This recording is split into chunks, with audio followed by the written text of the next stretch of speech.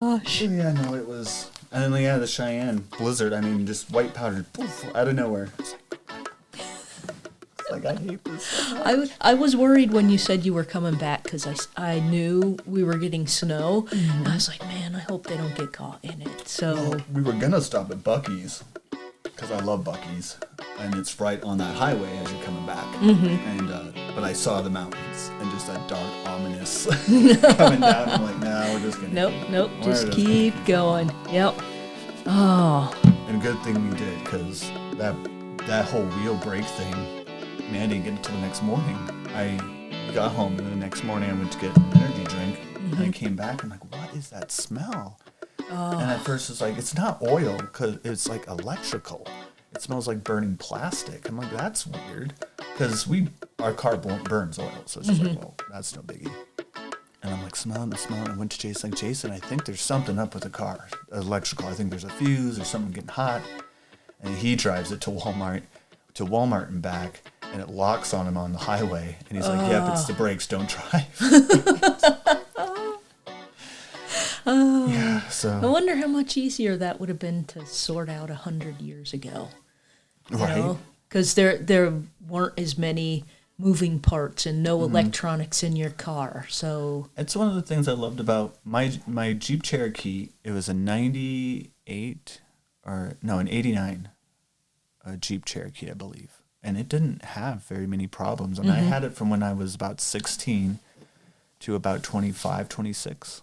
okay. So I had it for years, and it already had, I don't even know how many miles on it when we got it. But if it broke, it was a Jeep. It was an easy Jeep, no electronics. Right. So you just put everything in there and keep going. Yep. As I've gotten older, it's not a I've gotten older thing. It's more a there's so much crap in a car now that I can't do it anymore, and I don't want to be bothered. And that's including an oil change, which I used to do all the time by myself. If it was getting too close to a trip to drive back to New York, I'd run into one of those 10-minute oil change places because I got to leave tomorrow and I don't have, the time for me to do it by myself. But usually I did all that stuff myself. My wipers needed to be replaced. I went to the store, got wipers, put new wipers on it, and check the tire with the penny. Yeah, yep. Still do that. But you just used to fix stuff by yourself. And this is easy to fix. Yeah, and now it's not. They have 20-year mechanics are going back to school. Yeah. Because they now have all this electronic crap that they have to know on top of the regular car yes. stuff. It's nuts. Yep, it's absolutely crazy. And we just kind of chat about whatever here on Storytelling on the Plains, but it does make me wonder about back to 1922, which is the time period we're going to be talking about today. Are we recording? Yeah, I hit record a long time ago, dude. I thought it was green when it records. No, it's red when it records. That makes a bit more sense. Yeah. And by long time ago, 3 minutes and 30 seconds. But when we were just talking about cars and traveling distances, we're talking about traveling lots of distances today, and we're going to go back 100 years ago and talk a little baseball.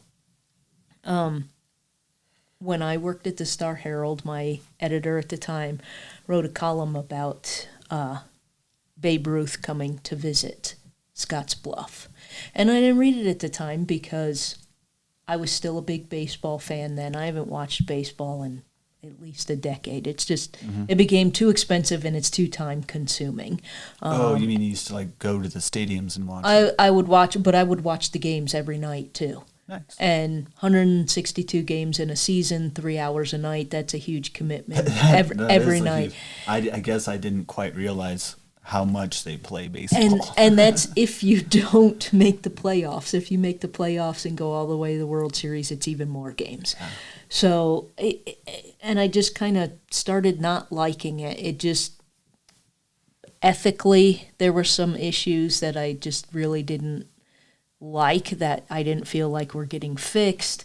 And it was just a massive time commitment, and when you add Formula One on top of that, it was too much of my time. Baseball and racing. So now I just stick with Formula One, and that's it. So at the time, I didn't read it because, one, I don't care for Babe Ruth. I know he's one of the biggest names in baseball. He's a big hero to a lot of people. I don't like Babe Ruth the man. And we're not going to talk about Babe Ruth the man because we're not in New York. So this is about Western Nebraska. But that's why I didn't read the article when my editor wrote, the column, when he wrote it. And also, I was a New York Mets fan. So it's a dude I don't like and a dude that played for the Yankees. So I don't care. I was just any hostility whatsoever. And I believe I did tell my editor at the time, nice column, but I didn't read it. I got like 2 sentences into it.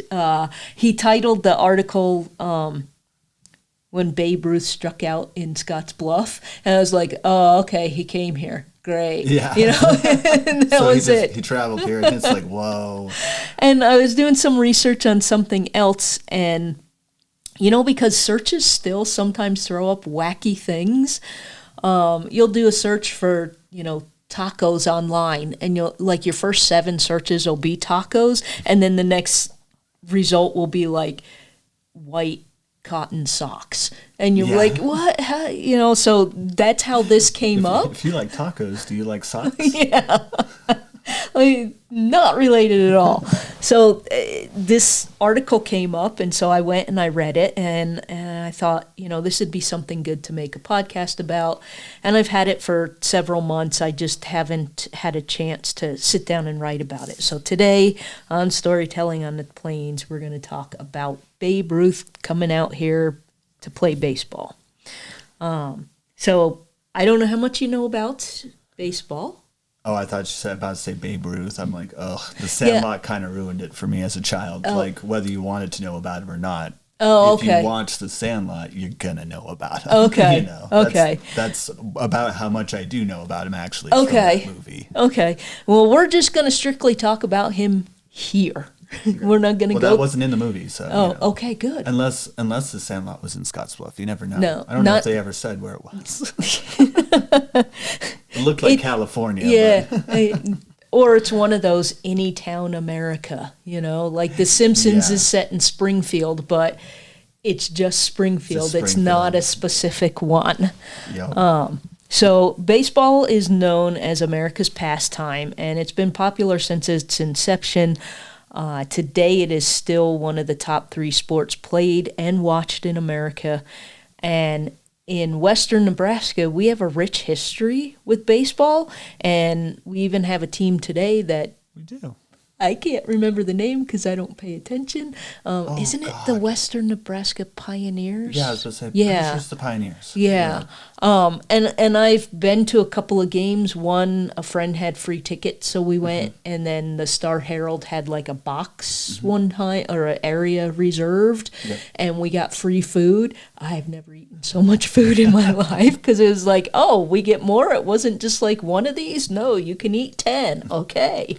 Well, and I got to meet the baseball players personally because a lot of them are at WNCC. They're WNCC students. They're on scholarships, and this year there's about 40 to 50 of them. Nice. I want to say baseball players. Yeah. Alone, and they're all remarkable. They're all really nice, and softball too. The softball girls. Mm-hmm. Yeah. Also a really awesome team. Yeah. If anyone gets a chance to go out there, definitely. We have 2 fields. Well, actually, I think we have 3, but we have the Field of Dreams is the one I usually think of. And then we have the baseball fields next to the high school. Okay. So today we're just going to talk about the time that Babe Ruth made a visit. And just know that if you ever look up the history of baseball in Western Nebraska, it's been here for more than 100 years on and off. Pretty easy game to play out here if you think about it. A little bit easier than soccer or football. Yeah. Because you don't have to have necessarily a great field. You just need to make a diamond, right? And just start, hitting the ball. And I assume the one that the Western Nebraska Pioneers play on is better than some of the other baseball fields I've been to in town. And granted, I haven't been to whatever that league is just behind the high school. Yeah, Because they've I've been redone there. the fields lately. Yeah, But they're the very fields nice. that I played on as a kid were better than some of the fields out here. But, you know, whatever, man. If you're playing and having fun, it doesn't matter. You learn the quirks of your field, because where one of the fields where I played was called Watts Park, and there's like 15 baseball fields there now. But when I was a kid, there was the Babe Ruth field, which only the boys that played Babe Ruth could play on that diamond. And then there was 1, 2, 3, 4, 5, 6 other fields. And the farther you went back in the woods, the worse the field was. But you knew all the little quirks of the field so that you didn't get hurt. In Sioux Falls, they had some pretty cool ones because they have them kind of tucked into their parks really neatly. They're very, very nice. I always enjoyed the baseball fields in Sioux Falls. Okay. They're really cool. And I think it's come a long way too since, you know, the 70s and 80s when I played. But you really do just need to mark off a diamond. That was back to the Sandlot. Yeah, right? It's I was going to say... It's like the Sandlot. You mostly just had a bunch of dirt. You didn't even have grass. Okay, so the lot that I played on with the neighborhood kids, it was an empty lot at the end of my street. I still hate the house that was built on it because we couldn't play anymore because they put a house on it. But it was all grass. It was a little grass field. We would literally take the lawnmower. My house was my house, Mrs. Wade's house, the parking lot to the VFW, and then that empty field, and it was all grass. And we would take the push mower down there, and we would mow a diamond out. So, That's pretty neat. so when you hit ground balls, if you knew how to bunt, you almost always could get to first base because the ball just didn't go. Just disappeared. Yeah. But, you know, so that's some of the fun that you have growing up playing baseball. And in the 1920s, late teens and throughout the 1920s, baseball was pretty big. You know, it was way bigger than football at the time. And we won't get into the history of George Herman Ruth, who is known as Babe Ruth, because he's considered one of the best baseball players to have ever lived. There have been multiple biographies done on him, multiple films. So we're not getting into that. Yeah, you could really just do any other baseball player, and I'd probably be more interested. Yeah, Like do Jackie Robinson for crying yeah. out loud. Anybody else would be more interesting to me. And it's one of those cases where when I hear Babe Ruth, I have to think about who's talking to me, because I separate Babe Ruth the player and Babe Ruth the man. Yes, they're the same person. I can appreciate Babe Ruth the player. Babe Ruth the man, it was a very complicated, complex person, and I think personally more negative than positive, but that's not what we're talking about today, for like the 8th time now that I've said that. As we're talking about it. Yeah. We're talking about Babe Ruth, the complex character, and you can go find podcasts and audiobooks and stuff about him and make up your own decision about him. We're just going to talk about the day he came here to play baseball. So Ruth played for the New York Yankees. In his career, he played for the Boston Red Sox, the New York Yankees, and the Boston Braves. Then the Boston Braves eventually moved to Atlanta, and they're the Atlanta Braves now. Yeah. And don't ask me the year, because I am not that kind of baseball fan. I knew a girl in college, you could ask her anything about basketball, and she could throw out stats to you in minute detail, and I'm just like, how? I can barely remember the team's names in basketball, but that was her thing. And there are baseball players, like you go to Keith Olbermann. Keith Olbermann is huge baseball fan, and he could probably throw all this crap out. He'd probably be able to tell you the day and the time that the team packed up to move to Atlanta. I'm not that kind of a fan. Yeah. But Babe Ruth gained the most fame playing for the Yankees from 1920 to 1934. And in 1922, he made a tour of America with other players in the league. And if you want to learn anything else about Ruth, go read a book. I'm not an expert. And I even wrote here, I have a lot of personal bias against the man, because I do. So on October 10th, 1922, the Casper Daily Tribune published their paper and noted that Ruth would be on an exhibition tour after receiving official sanction from the baseball commissioner Landis. He was set to tour Nebraska in October and November, weather permitting. So in case any of you don't know, pretty much any sport in the world, in order to do things like this, it has to be sanctioned by your governing body or the dude that's in charge of the governing body. Even today in Formula One, if you see, Red Bull goes and does a little street run in New York City, that has to be approved by the FIA before they can do it. They can sit and negotiate with the city and say, okay, we'd like to do it on, May 15th. And then they'll go to the head of the FIA and be like, this is what we... And usually it's a rubber stamp thing, but not always. But it's pretty much every sport everywhere in the world. If you're going to do something like this, you need official sanction from the governing body to be able to do that. Because you're not just representing your team, you're representing the entire sport. And That's so true. they want to make sure you're not, coming here to play baseball and, chug beers with somebody. You might chug beers with somebody, but not in your Yankee uniform and not on the field. It happens. Well, yeah. There's a reason why adult baseball leagues are called beer leagues. Yeah.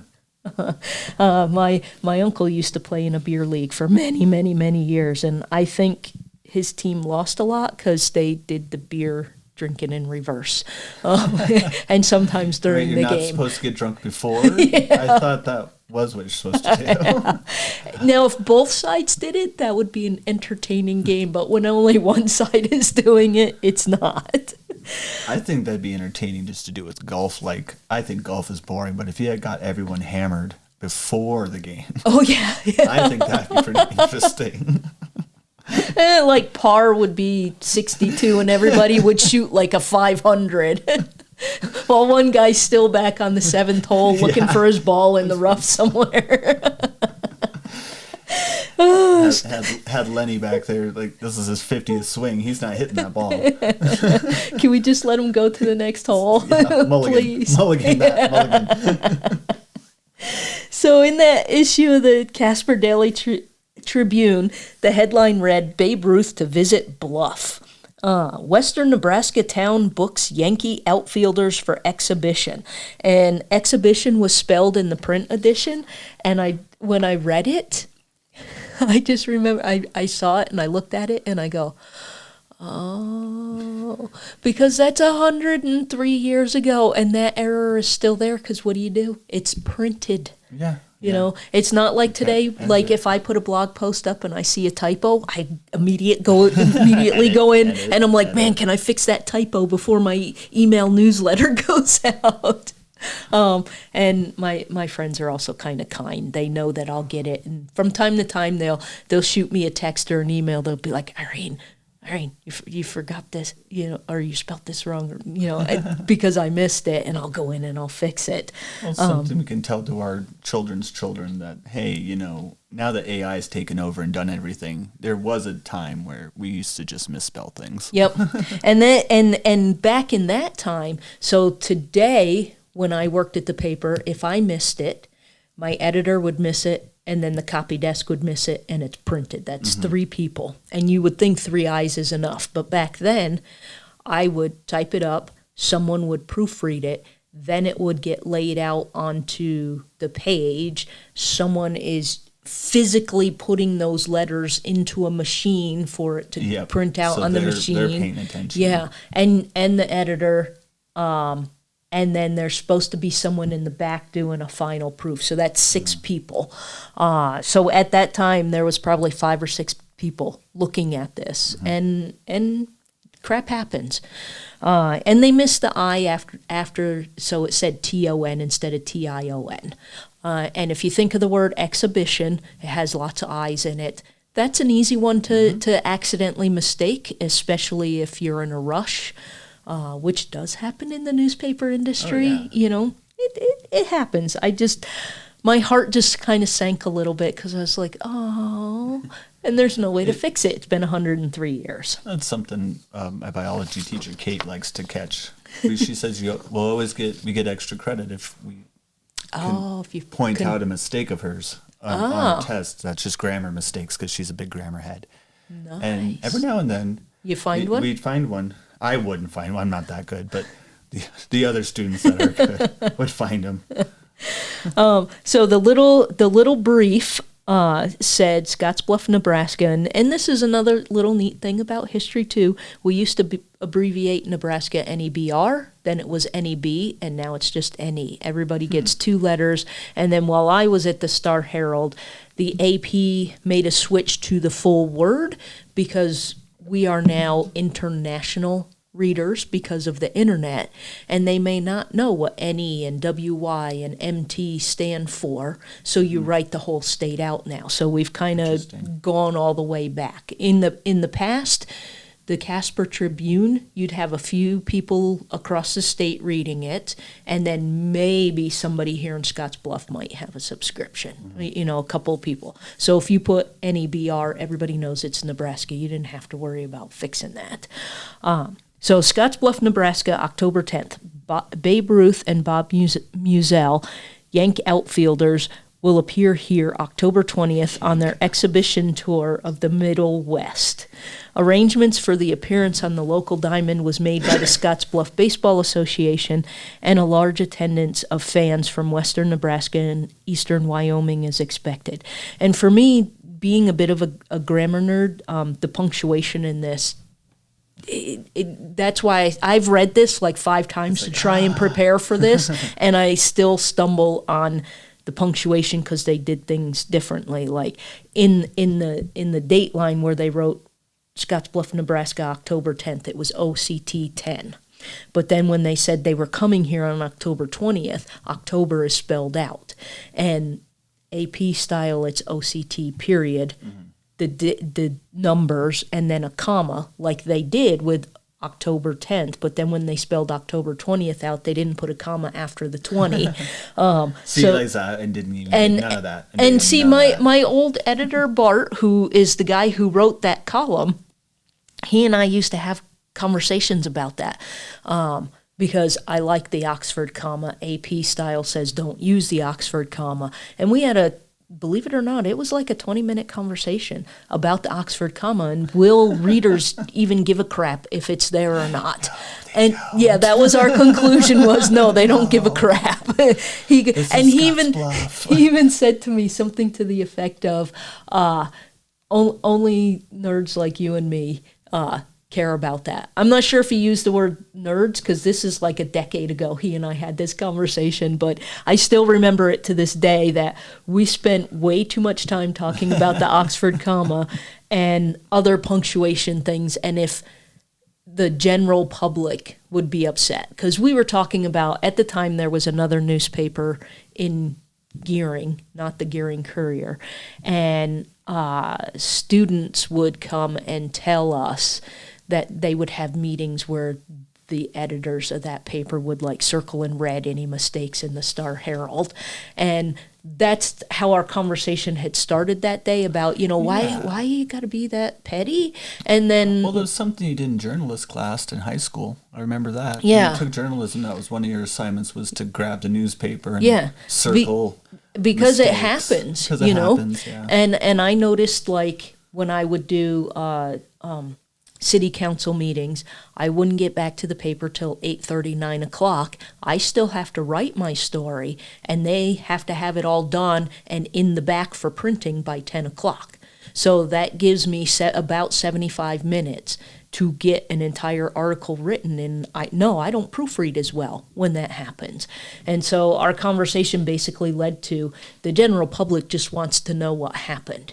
Yeah. The general public is not getting upset because you forgot a comma or forgot to close a quote. They're not upset about that kind of stuff. Well, our audience doesn't even know. Yeah.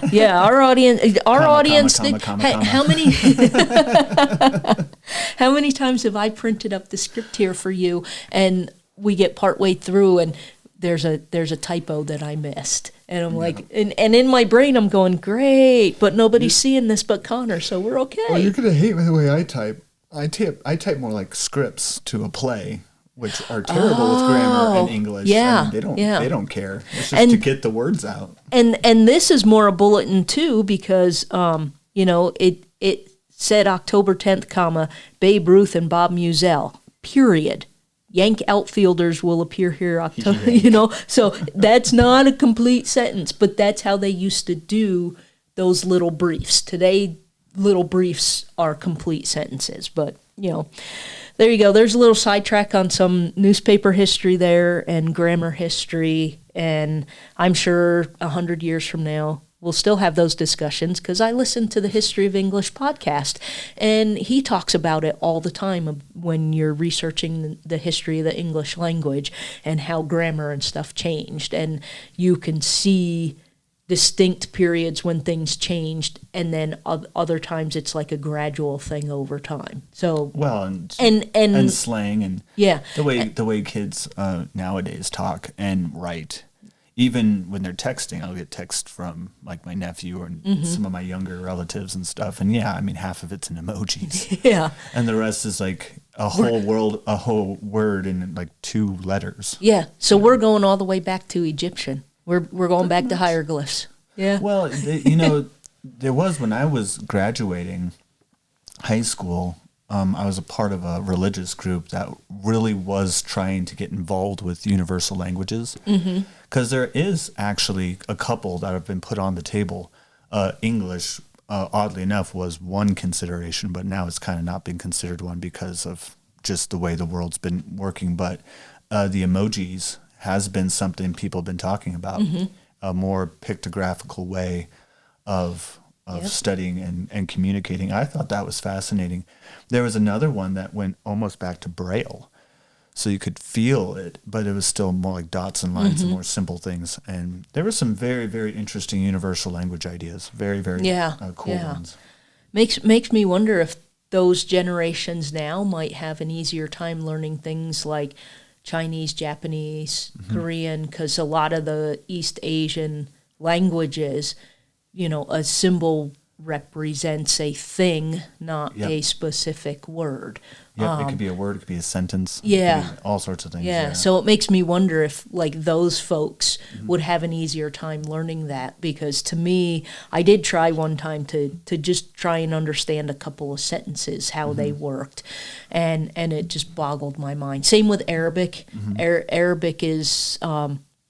it looks beautiful when you put it up on architecture, the words, but it just can't read it. Yeah, but I can't looks like read a bunch it. of squiggly lines. Yes, yeah. So that's and it is remarkable to see the kids at WNCC, the students, I should say. A lot of them come here only having like a month's worth of English training. Oof. Like they're rough on their language, but by the end of the year, they are speaking it wonderfully and beautifully, and it's remarkable watching them how fast they catch on to the language. And I know a lot of it's immersion, because we can't really do much other than Spanish in our college, because there's just a lot of languages. There's a lot of people from all over the world that come to WNCC, so we can't keep up with all the languages. No.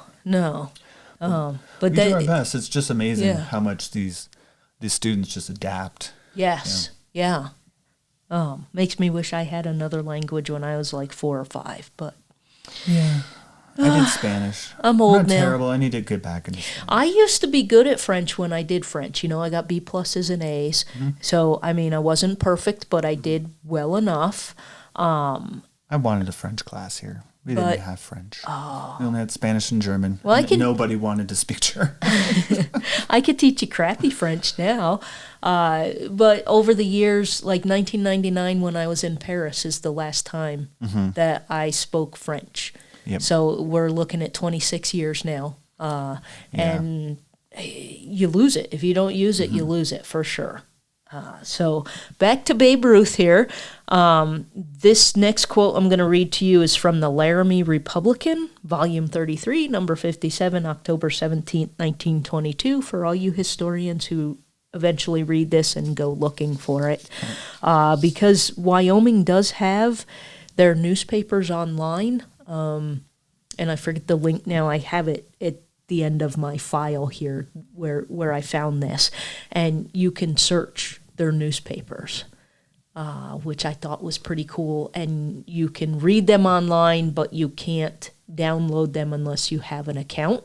But you can read the old papers online. So this makes it easier for a historian because it's got the volume and the number. Anyway. The following newspaper dispatch from Scottsbluff, Nebraska speaks of Johnny Pickett, at one time pitcher for the Laramie team of the Midwest League in the season of 1921 and later with the Cheyenne Indians.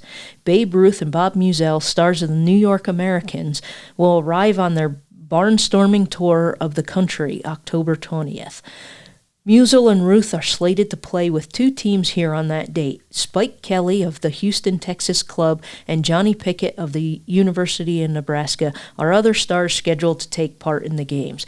And again, if you hear the oddness in the sentence structure here, it's because we write differently today than 100 years ago. I mean, this is just 100 years ago, and instead of you kind of have to talk like a gangster, don't you? A little bit, because, we wouldn't say at one time pitcher for the Laramie team of the Midwest League. Today we would say former pitcher. Former pitcher. And in the season of 1921, we would probably start a new sentence and say he played with Laramie in 1921 and later with the Cheyenne Indians.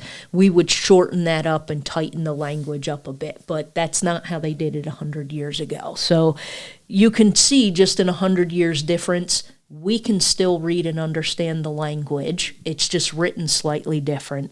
Now go back to 1821, and you and I have seen some of the mid-1800 language from things we've read that people have written for our podcast, and the language starts to get a little muddier again. So I just keep thinking of like the old Elliot Ness, Black and Whites, whoever does the voice for that, at the beginning, it's like Elliot Ness, da da da, and that's just what I'm.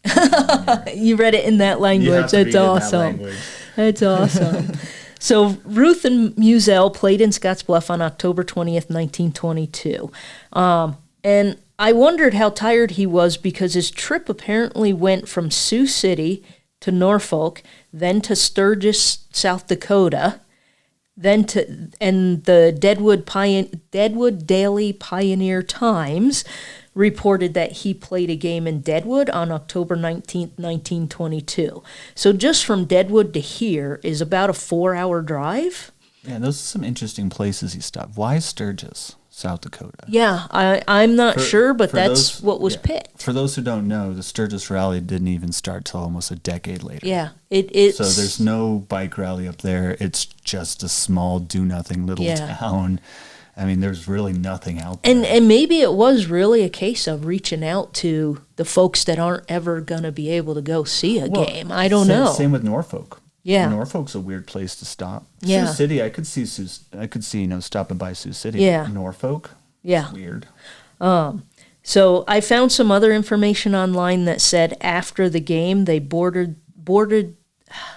Can't talk today. They boarded the Northwestern train headed for Scottsbluff, and it's just funny that it's the Northwestern train.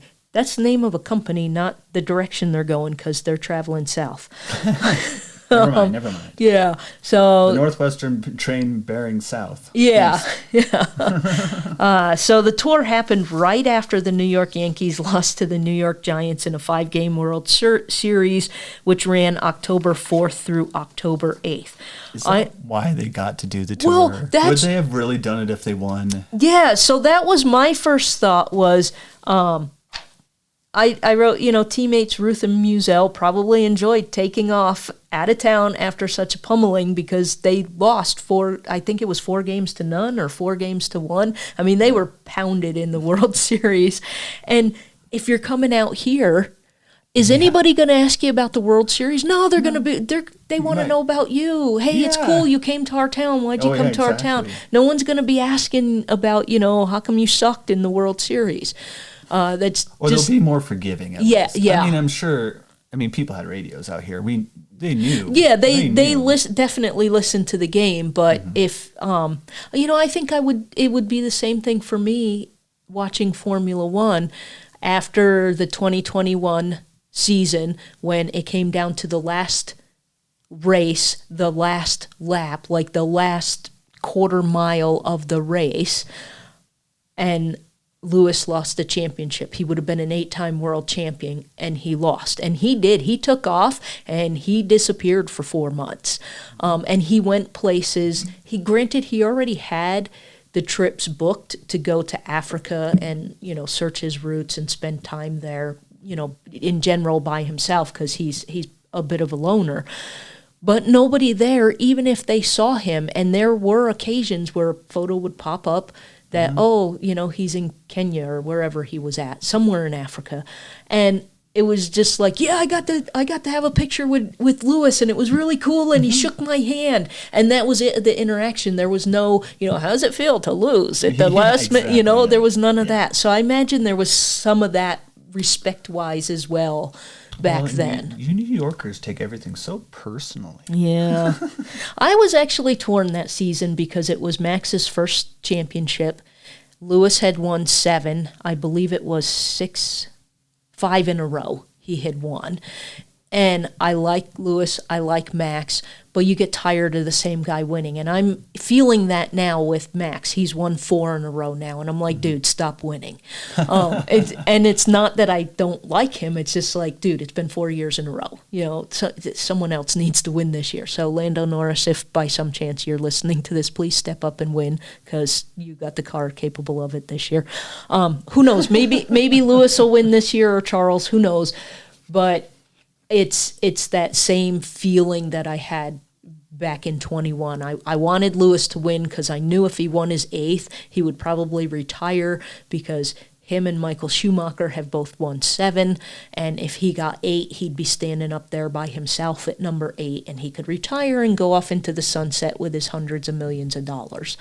But he didn't, and he's still racing. He's still chasing that number 8. And so I was torn about who I wanted to win. But the pictures I did see that did pop up, and there were very few of them in the off season that year. It was all people that were like, oh my God, I got to see Lewis and he signed my hat or he shook my hand or, just something cool. Hey, I got to meet Lewis. And I think this is probably how it was. People got to meet Bob Musel and Babe Ruth, and they probably didn't. But if it was me, if I was Babe Ruth and I just got my butt handed to me in the World Series, I don't want to be anywhere near New York. And exactly. And the New York, it's like stay on New York. Yes, the New York media is awful, but sometimes in a good way. They will hound the crap out of you. When Randy, what's his name, was traded from the Arizona Diamondbacks to the New York Yankees, he was pitcher. Can't remember his last name. Anyway, he had quite the ego, and he went out somewhere to eat lunch, and by the time he came out there, like 15 photographers out there, and reporters and stuff, and they asked him a question, and he grabbed the video camera and shoved them out of the way, and I forget what he said, but all the cameraman said was, welcome to New York, Randy. And that was all over the news like 20 minutes later. He had no idea. And that's why they say it's really tough for a baseball player in New York.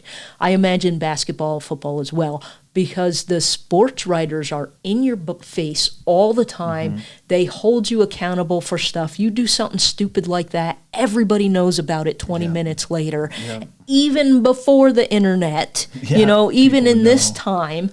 So that's why they say it's hard for a lot of people to be a sports star in New York, because you're not just playing for, say the Yankees. You're under scrutiny 24/7. If you sneeze and, you wipe the boogers away with your hand and wipe it on your sleeve, that's everywhere. It's going to be in all the newspapers tomorrow. So it's just everything's ratcheted up a level. So if I'm Bob Musell and Babe Ruth, my butt's like, yeah, let's go on a tour. Let's go to nowhere in the USA. Yeah. So according to the October 13th, 1922 issue of the Star-Herald, the announcement for the game reads, "The baseball game is attracting wide attention, and the promoters state that they are receiving assurance from fans all over the western part of Nebraska as well as from eastern Wyoming that they will be here with bells on October 19th to see the mighty Kings of SWAT." The Colossus of Clout. Oh, the Sultan of Swing. Yeah, they had quite the names then. So players for the two teams stretched from Yoder, Wyoming to Bridgeport, Nebraska. Ruth played on one team and Musell played on the other. And I'm going to read to you from the Star-Herald column, Babe Ruth struck out in Scottsbluff. And I have high confidence with this because I know the person who wrote this column, so I know that what was written was accurate and I didn't need to go fact check it. The Valley, while of course containing no particular Cobbs, nor Ruths, nor Musells, nor Sislers, yet has an abundance of really good baseball talent, and this will be thoroughly combed and two excellent teams secured, the October 13th article from 1922 read, as long as they had the corn combined. So we have our priorities here, yeah. guys. But believe me, when we weren't shucking corn, we were playing baseball. There you go. Didn't that happen? I want to say that happened with a famous soccer player, and he went to some country in Africa and just got wailed on. Because, these kids were that's all they did was play soccer. They lived and breathed it in a way this athlete couldn't even understand. Yeah. He just got wailed on. I can't remember who it was, but I just thought it was funny. It is. I thought it was hilarious. Every other country in the world takes soccer far more seriously than the U.S. But it seems like this with baseball. Yeah. You go back out to the Midwest little towns. Well, yeah, we don't got a lot to do out here. Yeah. We play a lot of baseball. Yeah. So according to the column on October 19th, Hudson car dealer C.N. Minner picked the players up in Chadron after their arrival there on the Northwestern train and drove them to Scottsbluff. After they played there, he took them to Kimball to catch the number 4 on the Union Pacific headed to Tarkio, Missouri. So they only took the train to Chadron, and you and I both know there was no train from Chadron to Scottsbluff. You had to go all roundabout, goofy way. So this dude went up and picked them up. It was quicker to bring them down here in a car. The October 20th, 1922 issue of the Star-Herald read, "Since the closure of the World Series in New York, the two players have covered an immense amount of territory for exhibition games, so such double plays as from Chadron to Scottsbluff to Kimball is a mere bag of shells for them." So I don't know anyone who uses the term bag of shells anymore. Just a bag of shells. But it's used for anything that is trivial. And in the original column here in the Star-Herald from about a decade ago, he wrote that he found conflicting information about what a bag of shells was. And I kind of wish now that I had read the column properly, but because I could have helped. I can't but see that being something that makes sense out here. yeah, Come it's out not. in 1922. Oh, it's just a bag of shells. It's Yeah. like a bag of what shells? Like Yeah, peanut shells? you're like, what are you shells? talking about? So in this sense, the writer, I think the writer in the Star Herald was trying to show off his education and his knowledge of slang and stuff. But in this sense, the writer was saying the long trip all around the Panhandle was trivial because baseball players regularly travel long distances in short amount of time. And they still do. Yes. And if you've ever seen The Honeymooners, in one episode, Ralph misused the term bagatelle and said bag of shells.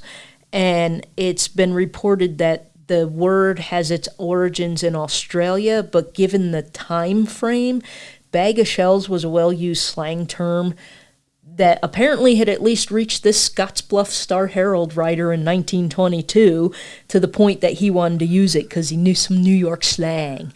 So that's what I'm really wondering. It's like, again, back to like Elliot Ness and everything. It's like, are you just watching like all these gangster radio talk shows and listening to that? And it's like, oh, that's a pretty cool, I'm going to have to remember that one. Yeah. and so at least in New York, when very few people of my generation use bag of shells, I heard it once or twice. I heard it once or twice from my mom's boomer generation, but even then it was rare. But when Ralph used it in The Honeymooners and he mixed up bagatelle and said bag of shells, that's known as a malapropism, and it's when you mispronounce a word either on purpose or mistake and use it as something else. That's my entire life. Yeah, I do it all the time. Yeah. And I don't know if you've ever seen Jumpin' Jack Flash with Whoopi Goldberg. They should really, that would be great remade today, because if you watch it now, you got your green CRT monitors, and like spies don't work like that anymore. But she had to find this code, and part of it was from the lyrics of the Rolling Stones' Jumpin' Jack Flash.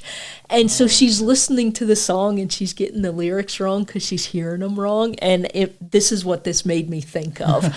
And it's just really funny. And I think about the fact, how many times as a kid did you sing a song wrong?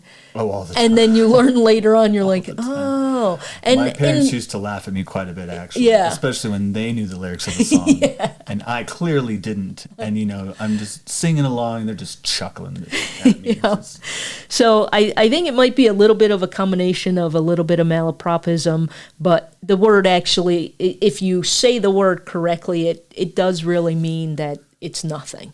Don't worry about it. Us traveling this distance isn't a big deal to us. Yeah. Just a tumbleweed down the road. There you go. Ain't no skin off my teeth. There you go. Who are you calling Cootie Queen? Great one. Yeah. So back to Babe Ruth. While Ruth was well known at the time, he had not reached his legendary status yet. This was a couple of years before his legendary status. We're like down here. Yeah, I see that. I've tried a few times to see if I could do this via tablet, and I am so much a paper person. It's nice to have the paper. Yeah. It's just, I'm in that weird, Gen X is always forgotten, but like, I'm in that transition period from paper to computer, and I think it really depends on your socioeconomic status growing up, which one you prefer. Because I know a lot of Gen X folks that they would do this podcast and have a tablet and just scroll through the script.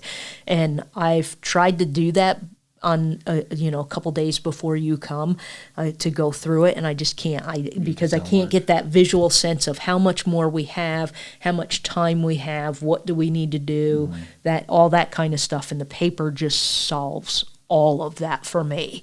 Someone should do a study on that. So Babe Ruth wasn't as popular as he would become. That would happen in another few years, and it would be 5 years before he would break the home run record.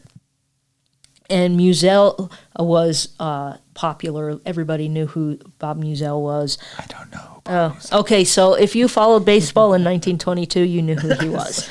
And I'm sure fans were delighted to see them in person. Again, I'm going to read from the column that was written in this century.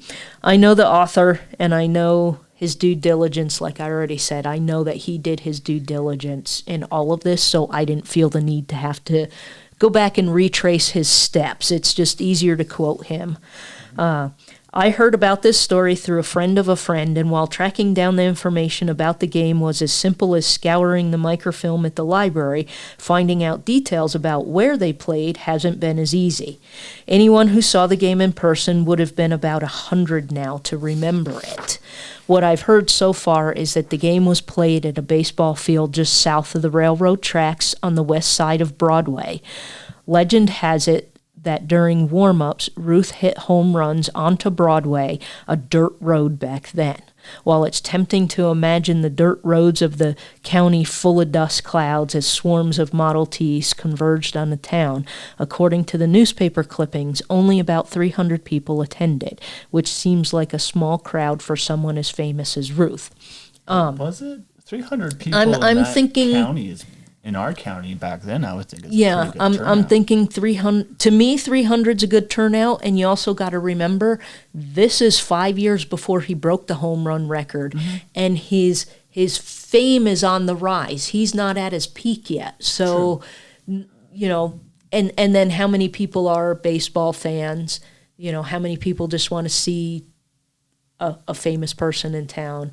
Well, I think given the time, I think 300 is decent. Well, but you also look at the time. And this was in October, or was this was October. I mean, that's really not a great time to have social events in this county. Yeah, I mean that's harvest season. People have to bring in the crops, have to make sure the cows are ready for the winter. I mean, it's probably pretty hard to get time off and go to a baseball game in October. Yeah, you know, yeah, anytime in October. Especially towards the end, because it's now getting cold. Yeah. October 24th, you're getting cold. Yes. So, yeah. So I think, 300 is a decent amount. Yeah, I think so. But that's okay. That was one of the many things that I enjoyed about having this dude as my editor. His name was Bart Shaneman. He's still an awesome dude. But that he and I could have conversations and discuss things, and sometimes we would change each other's mind, but at the very least, we got different perspectives on things, and we better understood where we came from things. And I didn't bother to go try and track down anybody that might have seen this, because they would have been about 100 years ago, a decade ago. They're all dead now. I'm not going to go try and find people that are probably dead that may have turned up to this game. And if they did, they would have been pretty young. Yeah. So. Yeah. So the little information we know of the game comes from the Star-Herald. Ruth only smacked homers that day during warm-up batting practice, which kind of cracks me up. So they say. Yeah.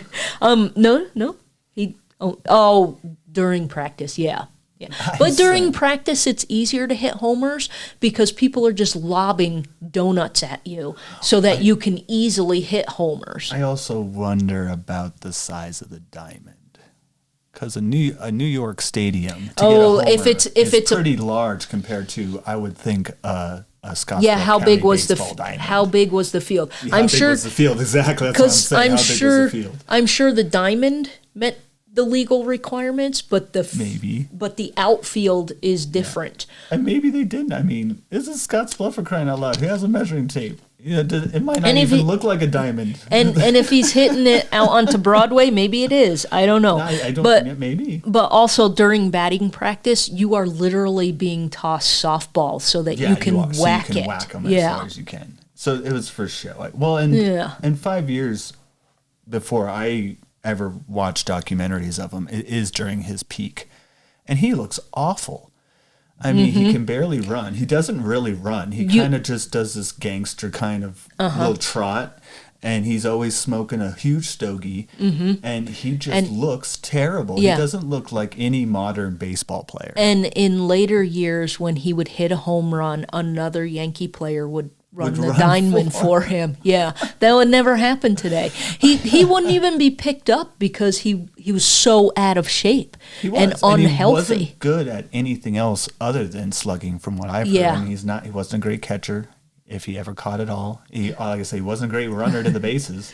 So Yeah. So here, Different times. Well, but here, the people here that got to see him much younger, probably still, struggling in his career to be a good baseball player. So you probably actually got to see him run a bit. Probably saw him in he was better still shape. he was still running in 22. So the article from October 24th, 1922, and just so you know, my grandma would be born 7 days later. Ooh, my grandma wouldn't be born for another 22 years. So Dang my it, grandma was born in 44. Oh my God, my mom was born in 47. You're making me feel old, Connor. So anyway, the article from October 24th, 1922, headlined, Musell gets homer, Babe gets nothing. Said a player from Torrington by the name of Purcell. Purcell. Also hit a home run along with long bobs. It's probably not a stretch to think Purcell was very proud that he hit a homer and the Babe didn't. With a name like Purcell. Yeah. In fact, Ruth went without a run of any kind, whiffing a couple of times and being tossed out on first a couple. Oh my God, I can't read today, Connor. Whiffing a couple of times and being tossed out on first on a couple of little bingles. Anyone who knew Purcell or the guys who struck out or threw out Babe Ruth probably heard about it more than once. And anyone who doesn't know what the term bingles means, because we don't use it anymore. Bingles mean? I was going to ask. Bingles has been replaced with base hit. When I was a little kid, there was a transition from a base single to a base hit.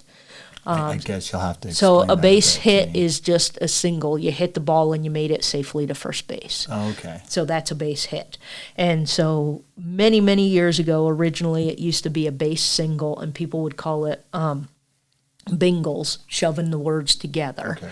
And when I had to keep score, because we had to learn how to keep score as well when I played baseball in Little League in the 70s, it would be listed as a single. And if you happened to get one of the really old books that you kept track of, it still said base single in it. But so when I played baseball, we were definitely transitioning to base hit, because by the time I quit baseball in 1984, it was a base hit or a single. But that's basically what it is. I quit baseball at a pretty young age. My mom tried, bless her heart. She really did. She was one of those, my parents were one of those parents. It's like, just try it. Mm-hmm. If you don't like it, just do one season of it. If you don't like it, you don't like it. And they put me through everything. And I hated everything except hockey, which you couldn't play here because there was really no leagues. The closest you got was the YMCA, which I hated because you weren't on rollerblades. You had to run. So I'm like, this isn't hockey. This is just like lazy exercise with sticks. And you can't check anybody. You're just hitting and you're running. Why would I want to run? The coolest thing about this was rollerblading or skating. So you probably would have hated lacrosse as well.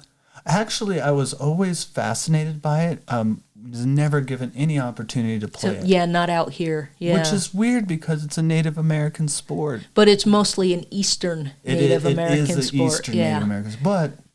But I heard the Lakota do play it. Yeah. And have quite a prominent league. Mm-hmm. But I just never got to it. And if you go back far enough in Lakota history, they started on the western shores of the Great Lakes and moved over. Yeah, it's fascinating. And it's like from Michigan east is where you're going to find lacrosse today. Yeah, and it's really, I love watching it. I love watching lacrosse.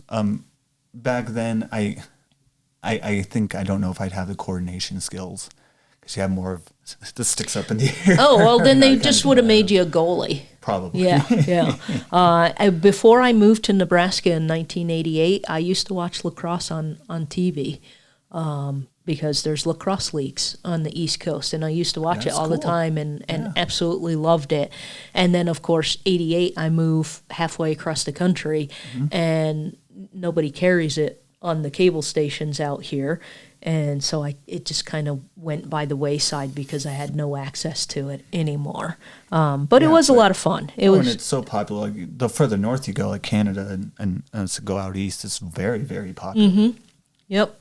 And I used to know all the different sticks and nettings and stuff because you have a different length stick and a different basket depending on what your position is. Yep, and I yep. used to know all of that, and I can't even recall it now, other than I know that it's all different. So back to our Bengals. Back to the Bengals. I imagine the folks that did see the game, who, however many there were there, had lots of conversations with those who didn't see it. And if I was Purcell, I would have been bragging about my home run. I played a game with Babe Ruth, and I hit a home run, and he didn't get squat. I just would have bragged about it. And if I was the guy who struck out Babe Ruth during the game, I would never shut up about it. Right. I mean, you have to. Yeah. But I would no longer be known as Irene. I would be known as that's the girl that never shuts up about striking out Babe Ruth. It's like, just roll your eyes and just keep walking. So all in all, everyone seemed to have had a good time that day. The game not only elevated the sport in the area even more than it was already going on here, it was good PR for Major League Baseball. They do things like that today out here, but for the college football team, for the Huskers, you do see, Well, not out here. Yeah, they out do. Here? Yeah. Where? It's not highly advertised because we would just get a press release that was kind of injunctioned, hey, this is only for Mitchell High School. So just okay. before I never so see they them, do yeah. it for some other sports too, because just before I quit working for Inspire, I got a call from Jeff, the co-owner, and he goes, what are you doing this morning? I'm like, well, I had an interview at 10. Can you change it? And I'm like, okay, why? And yes, thankfully I was able to change it. The coach, and I don't even remember, what's his name, John Cook for the volleyball team. See, I don't follow Husker sports, but It was John Cook. but I think he there was retired, a yeah. special meeting with just the kids from Mitchell. So like no press releases, no big fanfare that he was coming to talk to the kids. And it was more about his talk was basically, don't be an ass, be nice to people, and work hard and you can succeed.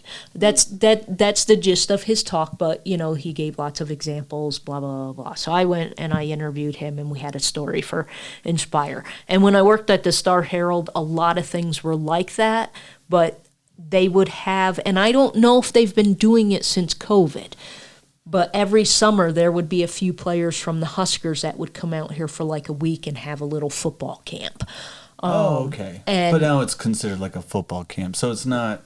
It's not like yeah, the they're same not. kind Oh, of yeah, they're not. exhibition game Yeah, they're not coming out that here to this play was a game. for. It's basically coming out Yeah. to teach some kids how to do some stuff. Yeah, and that's not like they do exhibition games like with soccer, especially.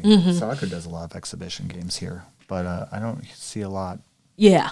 So there, you don't really see exhibitions like this ever, which kind of sucks because you've got the college field is really good, and you got the Pioneer field, which is really good. So you've got two good fields in the area. They did, like you said, they had a couple of exhibition games for baseball. I know because they were talking about them, and they didn't have anybody too famous, but Major League, not what's the middle part where you're not in the minor leagues or major leagues. It's there like like AAA. AAA, yeah. Oh, AAA, and then minor leagues, then major leagues. Basically, just really good players. Yeah, they're either in the minor leagues, and just good players. And they'd come and they do it'd be like them versus our college. Yeah, team. And they do a little ditty with that, and that was pretty fun. Yeah, and it'd be nice if more of those things could be arranged, even if it was something like this, like you had two players and then a bunch of local folks, and one player's on each team.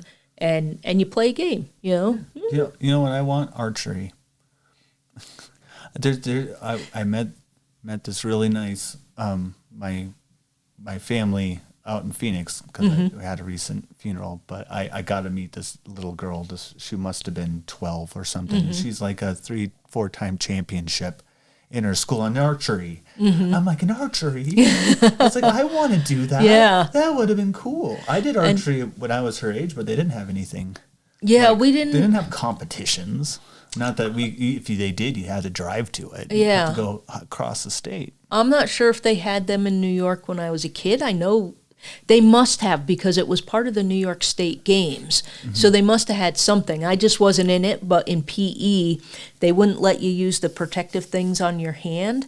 And I learned that women have this natural little bump out here on the inside of your elbow. Snap it. Yeah. And so I had to learn how to hold things differently because of that. Take off that layer of skin. Yeah. I've done that. and they were like, no, you can't put the protector thing on there. You need to learn how to do it without it, because what if you're out somewhere after the apocalypse and you don't have one of those? You need to know how to shoot a bow and arrow. For some reason, you're going to use a bow and arrow after the apocalypse. Yeah. Okay. I'm like, no, I'm finding the longest machete and I'm using it as a baseball bat. I think I'm going Mad Max and just started just welding things onto cars. There you go. Go to town. Oh, so yeah, I don't know if I'll survive the apocalypse. Hopefully it doesn't happen. We're not getting into politics though. So I think it would be kind of neat if something like that came here today. Definitely.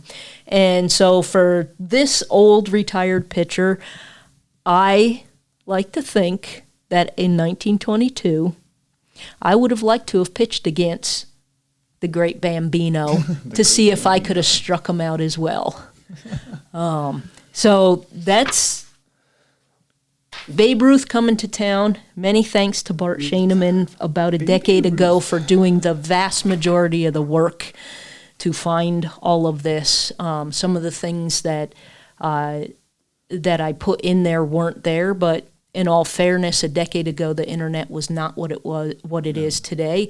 I could easily just do a search for those Casper and Laramie, Wyoming newspapers online. That wasn't available a decade ago.